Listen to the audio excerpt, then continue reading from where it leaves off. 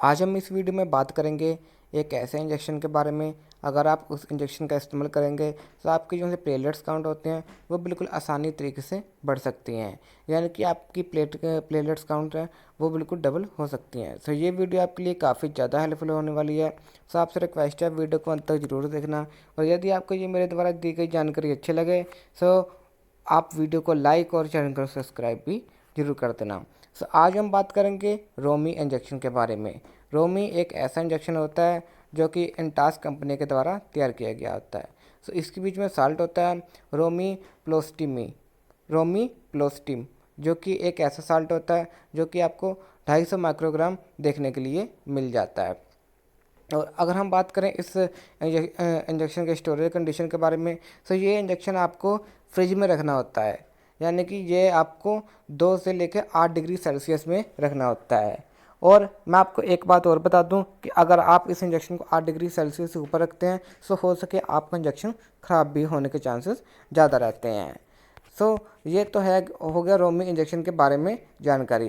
तो अगर हम बात करें रोमी इंजेक्शन कहाँ लगाया जाता है और किस पेशेंट को लगाया जाता है, लगाने की इसका सही तरीका क्या है और किस पेशेंट को नहीं दिया जाता, इसके साइड इफ़ेक्ट क्या हो सकते हैं, डोसेस क्या हो सकते हैं, आपको संपूर्ण जानकारी इस वीडियो में देने वाला हूँ।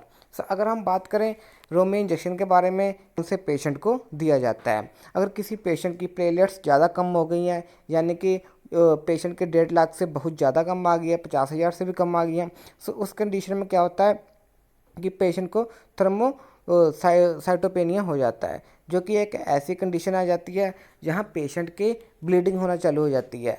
कहीं नाक से भी हो सकती है, दांतों से भी हो सकती है। अगर पेशेंट के कहीं घाव है सब उसके उस रास्ते से भी ब्लीडिंग हो सकती है। और जब पेशेंट वॉशरूम के लिए जाता है सो तब भी उसके ब्लीडिंग हो सकती है। सब बहुत सारी ऐसी कंडीशन आती है जब पेशेंट के ब्लीडिंग चल सकती है। सो ये तो हो गया, मतलब कि हम इस इंजेक्शन का कहाँ पर इस्तेमाल कर सकते हैं। अगर हम बात करें और इस इंजेक्शन के बेनिफिट के बारे में, ये कैसे काम करता है और ये ब्लीडिंग को कैसे करके रोकता है, सो मैं आपको बता दूं इसमें जो सा साल्ट होता है जिसे हम बोल सकते हैं रोमीप्लोस्टिम, जो कि काम करता है आपके प्लेटलेट्स काउंट को इनक्रीज करने में। यानी कि आपकी बॉडी में जो सा थर्मोसाइटोपिनिया होता है उसे ये बिल्कुल एक्टिव कर देता है। जब वो चीज़ एक्टिव हो जाती है तो आपकी बॉडी में प्लेटलेट्स काउंट होते हैं वो बढ़ने लग जाते हैं। अगर आपकी बॉडी में प्लेटलेट्स काउंट नहीं होंगे तो आपकी जो सी ब्लीडिंग है वो आपसे रुकेगी नहीं। चाहे आप कितनी भी अदर मेडिसिन ले लें तो उस टाइम आपकी ब्लीडिंग होती ही रहेगी, क्योंकि कुछ कंडीशन ऐसी होती है जब कोई पेशेंट की ब्लीडिंग होती है तो वो एटम साइलेंट टैबलेट वगैरह ले लेता है, और भी कुछ ब्लीडिंग वाली टैबलेट आती है तो वो इस्तेमाल कर लेता है। वो उस कंडीशन में वो टैबलेट भी बिल्कुल वर्क नहीं करती। और जैसे कोई स्टेरॉइड वगैरह लेता है, जैसे कोर्टिकोस्टेरॉइड हो गया, जब ये दवाएं वगैरह काम नहीं करती तो उस कंडीशन में डॉक्टर आपको रोमी इंजेक्शन देते हैं। सो अगर हम बात करें इस इंजेक्शन के बारे में और इसके डोसेस के बारे में, तो मैं आपको बता दूं कि रोमी इंजेक्शन आपको कंटिन्यूसली लगाना होता है, यानी कि ये इंजेक्शन आपको 1 महीने तक लगातार लगेगा। अगर किसी पेशेंट की प्लेटें बहुत ज़्यादा कम हो गई है और उसकी ब्लीडिंग नहीं रुक रही। अगर हम बात करें इसका लगाने का सही तरीका क्या है, सो आप इस इंजेक्शन को सबटेनियस दे सकते हैं। सबटेनियस मतलब आप इस इंजेक्शन को स्किन में ही सिर्फ लगा सकते हैं, ना आप इस इंजेक्शन को आईवी देना, ना आपने इस इंजेक्शन को आईएम किसी पेशेंट को दे सकते हैं। अगर हम बात करें इस इंजेक्शन के कुछ साइड इफ़ेक्ट के बारे में, जिसके काफ़ी सारे साइड इफ़ेक्ट हैं जो कि आपको देखने के लिए मिल सकते हैं। जैसे हेडेक हो गया, जॉइंट पेन हो गया, डिजीनेस हो गया, इंसोमेनिया हो गया, मसल पेन हो गया, और आपके पेट के में दर्द भी हो सकता है। तो ऐसे कुछ साइड इफ़ेक्ट हैं जो कि आपको देखने के लिए मिल सकते हैं।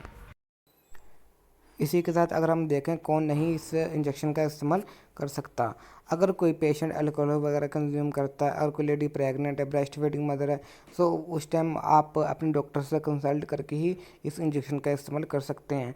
अगर कोई पेशेंट ड्राइविंग वगैरह करता है सो उस टाइम वो उस कंडीशन में इस इंजेक्शन का इस्तेमाल नहीं कर सकता, क्योंकि अगर उस कंडीशन में अगर कोई पेशेंट इस इंजेक्शन का इस्तेमाल करेगा तो उसे नींद वगैरह आ सकती है, क्योंकि ये इंजेक्शन लेने से आपको हल्की नींद वगैरह भी आती रहती है। सो अगर हम बात करें किडनी और लीवर वाला पेशेंट इसे इस्तेमाल कर सकता है, एक बार अपने डॉक्टर से कंसल्ट वगैरह जरूर कर लें।